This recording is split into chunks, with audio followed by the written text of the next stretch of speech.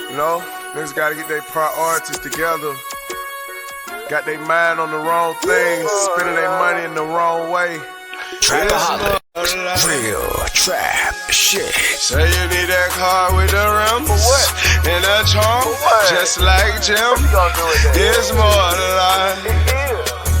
Yeah. I'm telling you. Talk to him. Say you need that LV bag with the belt and the hat. That's all you got though. It's more than life. Yeah. Talk to him. Real. Say you wanna turn up at the club, like some bottles, and press them guns. It's more than life. Fucking everybody. Yeah. Good evening, everyone, and welcome to Saints and Appetizers podcast.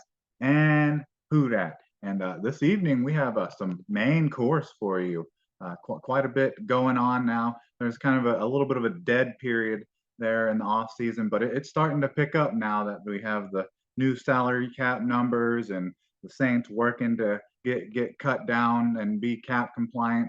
And I didn't really say a whole lot about like the salary cap or the Saints being in the negative and all that, just because I just don't. At this point, they've been doing it for so long. There's no reason to even get upset about the salary cap or them being over the salary cap or being the team that has the least amount of salary cap. You know, because they're always like 1-2 step ahead of like what they can do with their contracts, who they can cut, and luckily this time, unlike a couple of years back, the salary cap actually went up when they released the new number, instead of when it went down by 15-20,000 and put the Saints like 100 million over.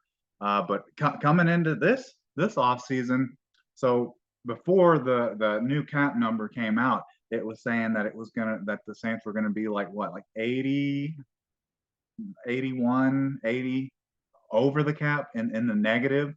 But they got a big boost, a big help when the new cap number came out, because the new cap number came out and the cap, it raised by I want to say it raised by let's see, I want to say it raised by 30 million. Yeah, it raised by 30 million because the Saints, they went from like needing to clear 80 million to needing to clear like 50 million. So yeah, it raised like a record high amount this off season, and due to like the payout from last year, all the new TV contracts and the streaming services like Peacock and all that, so that the NFL has some extra money to give to these teams to spend, and the Saints needed it bad. They needed it bad, even though the last couple of years they've been over, like the start of the season 2 years ago they were 100 million over, and then last year they were 60 or 80 million then. But the Saints, they're right on track to get all this cleared off and be cap compliant. I think they're only like 15-20 million over now that they've done some of these contract restructures. But let's get into those real quick. So can I get a menu? And so going just over the Saints restructures. So we already know about the salary cap and what the outlook and perspective was coming into this season, that the Saints, they're cap strapped. They're not going to be able to do anything. How are they ever going to get compliant? And when I think about that, like what happens if you don't get compliant? Like what happens then? Like, has a team ever not been able to get under the cap? Like, what happens? Do they get fined, or like is it like the NFL or not the NFL, but the baseball or NBA where there's like a luxury tax? Like, what actually happens if they don't become cap compliant? So it's just nothing that it's something that just never happens. So I don't even know why people get in such a tiff about it. But anyways, going to how the Saints are now, their outlook, and they don't have much cap to clear now. But let's talk about how they got to that. So there was a lot of some young players and some players that they looked ahead at that this was going to be something that they could do to make cap number. But first one is Eric McCoy. So he restructured his contract. You know, they take all the signing bonuses and move all that to like guaranteed money. There's an art to it. But they restructured his contract, and he was able to. They were able to save 7.18 million with Eric McCoy. So that's a big chunk right there. And then this is probably the one that got people a little upset or annoyed or just having to come to a realization that Derek Carr is going to be the Saints quarterback for the next 2 years.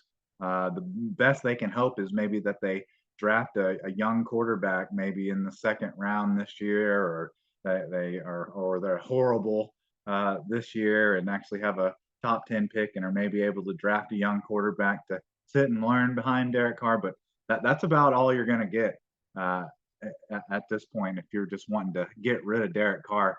So they restructured his deal, and when they first signed him, they knew that they could get a big amount of money by restructuring his deal. But they also knew just off of the signing, off of the wet ink, that they were pretty much strapped to him for 2 years before restructuring. So restructuring again, that throws in another year on there. So after all said and done, they'll have been probably just locked and keyed to Derek Carr for 3 seasons now, unless something happens, or maybe Derek Carr starts playing like he did at the end of the season for an entire year, and then people will quit complaining about it.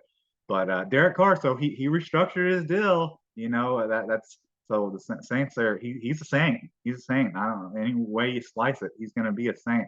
But he restructured his deal and made a huge amount of money for the Saints there. So you can't say that he's not a team player. I think people think that he has some kind of negative attitude or something. I just think you got to see basically the worst of Derek Carr, and you didn't see really too much good of him. And I'm talking on more of like the personal side, the personability side of him. He works well with DA because they're both not very good with the media. But Derek Carr, he restructured his deal, all the signing bonuses and kicking down the can down the road and all that. And he got the Saints $23 million in cap space by restructuring. So that helped them cut into that deficit that they're having to slice away at. And then defensive tackle Nathan Shepard, he restructured his, and they were able to get 2.78 million from him. And then Carl Granderson, who just signed the big contract last offseason, and then was obviously the Saints' best pass rusher, best disruptor of plays, tackles for loss and all that. And it was kind of understood probably when he signed his contract that we know that you're good, we believe in you, and we'll be able to give you a big signing bonus with guaranteed money and restructure your deal after next season. And that's what they do. That's a 7.2 million saving by Carl Granderson. And then Cam Jordan, he signed probably his last like big contract last offseason. I think he got like 17 million or something like that, 12 million, 17 million, something like that. But then with the season that he had last year, to restructure his deal and add like a year to it, he's not getting anywhere close to 12, 17 million again. But they've restructured his deal now, and because they couldn't do a big restructure or sign another deal that adds all the ghost years to Cam Jordan, because I mean, why would you want to at this point in his career?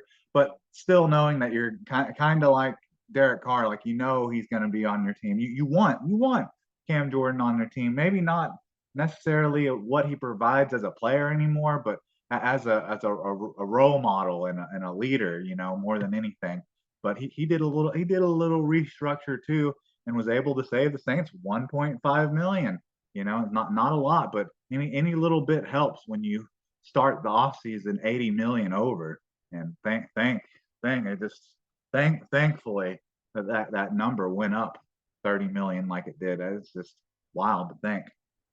All right, so that's the cap stuff. Not nothing too exciting. It's just maybe it gets people a little upset because they maybe think now they're strapped to players like Derek Carr and Eric McCoy, who was a Pro Bowler but kind of didn't play all that amazing earlier in the season. I think Cesar Ruiz restructured his contract as well. I don't have his number right here in front of me, but I just remembering players that they restructured. They Cesar Ruiz was on there as well, and he had I think he had a similar number to Eric McCoy. But people get a little upset maybe because they think, oh, now they're strapped to Eric McCoy for the next 2 years, or oh, they're strapped to Cesar Ruiz for the next 2 years. Similar, just like with Derek Carr. But I mean, Eric Carr was a Pro Bowler, and I guess Cesar Ruiz and Eric McCoy had ups and downs last year, but everyone on that offensive line had ups and downs. But those are still young, good players. Second, first round players. So I don't think it's the end of the world to get strapped to guys like that. But that's about the only thing anyone could really get upset about with the whole salary cap and restructuring players, because it's all working in the Saints' favor. Besides, hopefully Derek Carr just has a good season, so you ain't even worrying about that. All right. So with the salary cap and the off season and cutting players and trading players, that the talk of that comes up. The talk that comes up of what other ways could you save money? I mean, you could cut players, I guess. You could trade players, and really the only name that kind of comes up when you talk about trading players is Lattimore. Marshawn Lattimore's name comes up, and it comes up quite often. I think because obviously he has a big cap number. I think it's like, I want to say it's like 17 million or somewhere around there.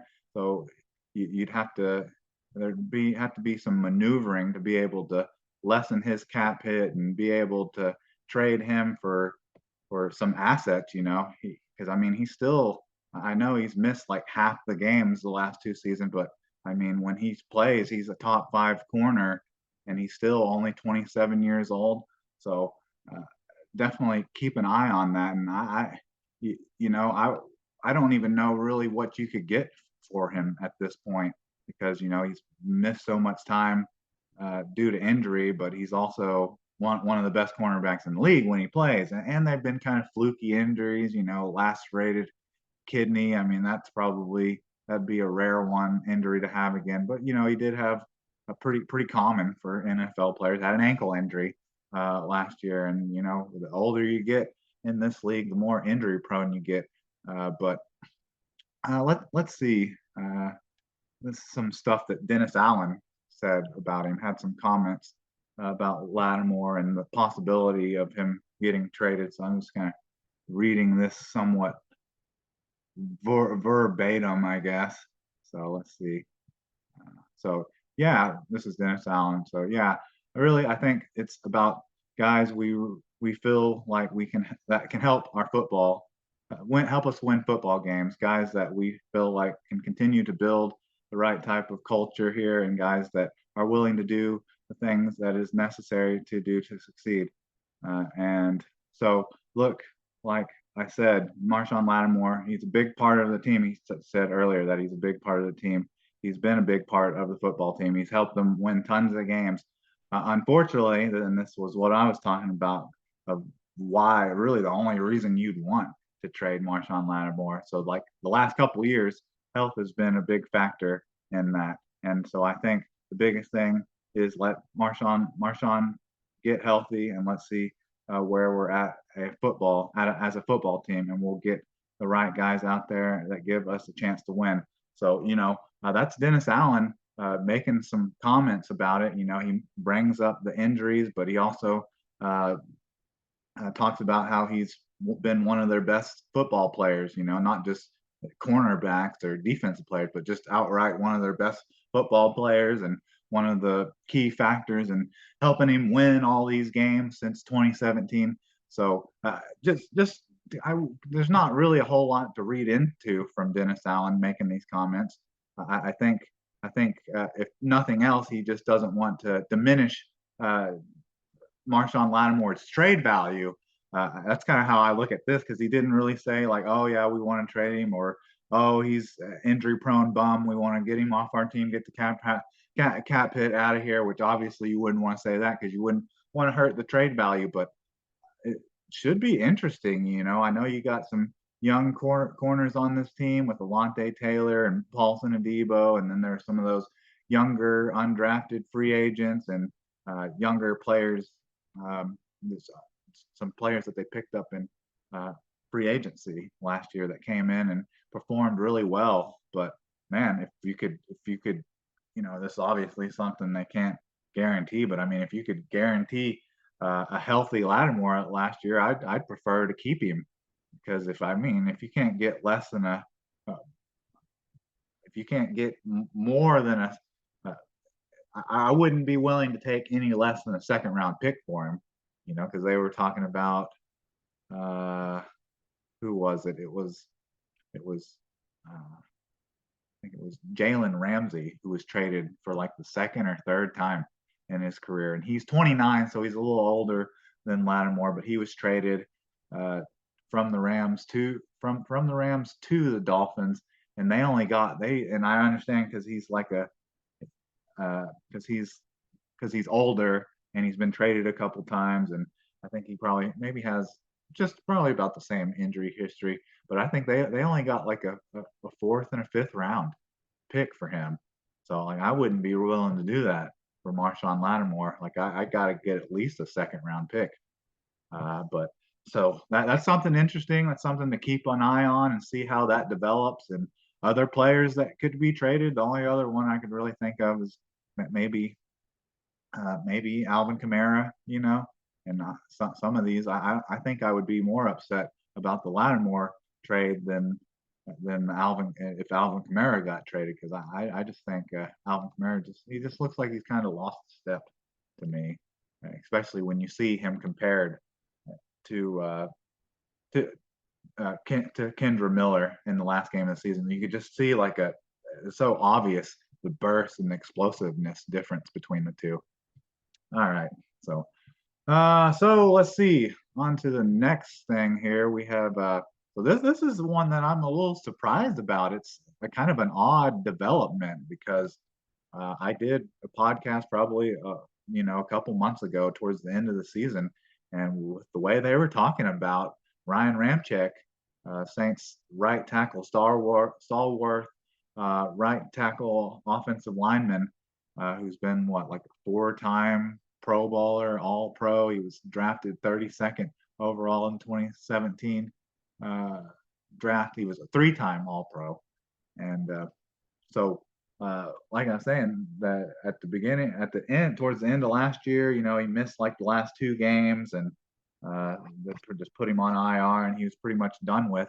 And with the way they were talking, they're talking about how for the longest time they'd been having to like monitor the knee, and maybe that this was the last straw that broke the camel's back, and that his career looked like he was done, or like he was gonna need to retire after this. But there's just the last day or two, there's been reports and that he had successful knee injury, and everything seems positive on it, which just seems so odd. That's I guess that's just how the NFL works. That one moment they're all on you, the next moment they're off, and then the next they jump back on and just jumping off the bandwagons and back on the bandwagons. And I guess the two extremes can be like that from the extreme of he's going to retire, his career is over, to hey, he should be ready for training camp, which is what they're saying now. They say he should be healthy and ready to go by July, and he had just been, I guess the kind of the outline of that knee injury, which he's been dealing with. He's been dealing with that issue for like the last 3 years, where he doesn't really practice during the week, and it's always listed as a knee/rest. And that thing finally exploded at the end of the season. Probably not literally, but from what they were saying, that they were having to do injections, and in that knee there's no cushion or no cartilage or anything, and that was what was causing it to flare up and hurt. I assume, but I guess they went in there and did something. I know they have different kinds of injections like rooster comb and stuff like that they can put in the knee. But hey, this is a big development. I guess I'd have to see him play a couple games before I'm like, oh, he's good. We got our Pro Bowl right tackle for the next 5 years or something. I'm not that confident in how healthy he is, even after having a successful knee surgery. So that probably still being a priority in this draft in the first with their first 3 or 4 picks. I mean, you may have to add a couple offensive tackles or offensive linemen, but hey, you got to take the positives, the positives with the negatives. You can't just push it to the side and be like, oh well, that's just no news or it's neutral. I mean, it sounds positive. So hopefully Ryan Ramchek will be healthy and good to go, and just like they have been before, just continue to monitor it and take it easy on that knee. So that's some good news. Definitely some good news. All right, and this is the last subject here, and this to me is good news. So the cutting down and trying to get cap compliant, it continued. It continued, and we just talked about how it could come with trades. Talking about Lattimore or talking about Lattimore or maybe even Kamara. Well, it can also come by way of cuts as well. And finally, this just needed to happen because he's never been good since he got here. He's made some flashes and some plays here and there, but overall, he really has been a disappointment. And I'm talking about Marcus Maye. He got cut yesterday, Thursday. So that would have been Thursday. That would have been what, September, or no, that would have been February 29th. Yeah, so he got cut February 29th on Thursday. And this is just one that had to happen. And however this cut works, they could, if it's a pre-June 1st, then they save about 1.5 million, and then like 7.5 million would go at like dead cap. But if it's post June 1st, they get the 1.5 million in cap space, and then they also save that 7.5 million as well. So that's those numbers, which adds into them trying to get more cap compliant. But just talking about Marcus Maye in general, I just was never a huge fan of the signing to begin with, I guess, because you had Marcus Maye and then you had Marcus Williams, who had been like, a Pro Bowl, one of the best center fielder free safeties in the league at the time.